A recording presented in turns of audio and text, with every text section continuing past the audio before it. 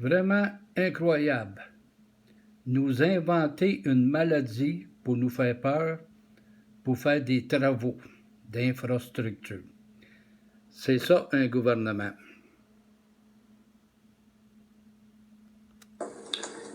Maintenant, l'état d'urgence sanitaire permet au gouvernement accorde au gouvernement des pouvoirs assez exceptionnels, n'est-ce pas? On l'a vu avec les différents arrêtés ministériels qui ont été adoptés.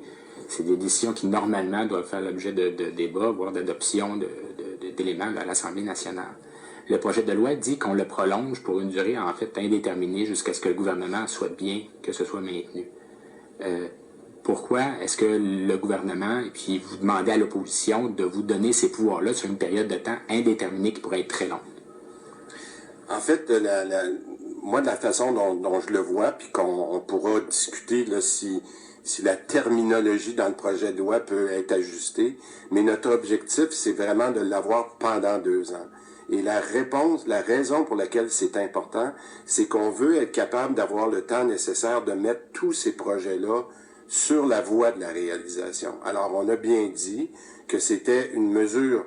Oui, on veut reconduire les mesures sanitaires au lieu de le faire à tous les 10 jours. On veut le reconduire là pour une période au moins de 2 ans. C'est ce qu'on a comme objectif.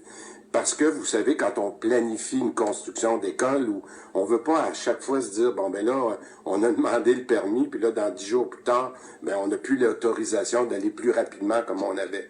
Alors, c'est sûr que lorsqu'on parle de projet d'infrastructure, il faut avoir une visibilité, une prévisibilité plus longue, et c'est pour ça qu'on a demandé à reconduire les mesures sanitaires jusqu'à temps qu'on décide de les enlever, et il y aura une procédure de terminaison qui sera appropriée. Et juste pour que je comprenne bien, là, parce que l'état d'urgence sanitaire peut...